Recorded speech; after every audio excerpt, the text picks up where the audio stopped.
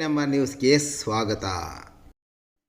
ಕೈವಾರ ಲಾಡ್ಜಿನಲ್ಲಿ ವೇಶ್ಯಾವಾಟಿಕೆ, ಪೊಲೀಸರು ದಾಳಿ, 16 ಮಂದಿ ವಶಕ್ಕೆ.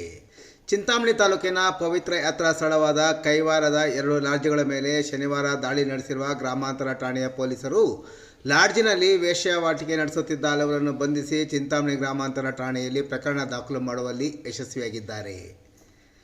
ಕೈವಾರ ಗ್ರಾಮದ ಜನನಿಬಿಡ ಮತ್ತು ವಾಹನ ದಟ್ಟಣೆಯ ಮುಖ್ಯ ರಸ್ತೆಯಲ್ಲಿರುವ ಶ್ರೀ ರಾಘವೇಂದ್ರ ಲಾಡ್ಜ್ ಮತ್ತು ಶ್ರೀ ವಿನಾಯಕ ಲಾಡ್ಜ್ ಮೇಲೆ ದಾಳಿ ನಡೆಸಿದ ಗ್ರಾಮಾಂತರ ಠಾಣೆಯ ಪೊಲೀಸರು ವೇಶ್ಯಾವಾಟಿಕೆ ದಂಧೆಯಲ್ಲಿ ತೊಡಗಿದ್ದ 8 ಮಹಿಳೆಯರು ಮತ್ತು 8 ಪುರುಷರನ್ನು ಪೊಲೀಸರು ವಶಕ್ಕೆ ಪಡೆದುಕೊಳ್ಳುವಲ್ಲಿ ಯಶಸ್ವಿಯಾಗಿದ್ದಾರೆ.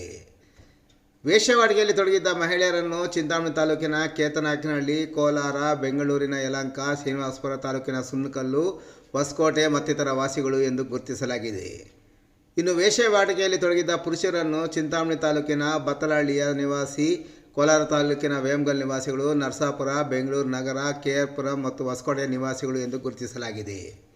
ಇನ್ನು ದಾಳಿಯ ಸಂದರ್ಭದಲ್ಲಿ ಪೊಲೀಸರನ್ನು ಕಂಡುಕೊಳ್ಳಲೇ ಲಾಡ್ಜ್ ನೋಡಿಕೊಳ್ಳುತ್ತಿದ್ದ ಮಾಲೀಕರುಗಳು ಎಸ್ಕೇಪ್ ಆಗಿದ್ದಾರೆ. ಎಸ್ಕೇಪ್ ಆದ ರಾಘವೇಂದ್ರ ಲಾಡ್ಜ್ ಮಾಲೀಕರಾದ ರಮೇಶ್ ಮತ್ತು ವಿನಾಯಕ ಲಾಡ್ಜ್ ಮಾಲೀಕರಾದ ವೆಂಕಟಸ್ವಾಮಿ ಮತ್ತು ವೆಂಕಟೇಶ್ ಅವರ ವಿರುದ್ಧ ಸಹ ಗ್ರಾಮಾಂತರ ಠಾಣೆಯಲ್ಲಿ ಪ್ರಕರಣ ದಾಖಲು ಮಾಡಿಕೊಂಡು ಮುಂದಿನ ಕ್ರಮ ಕೈಗೊಂಡಿದ್ದಾರೆ.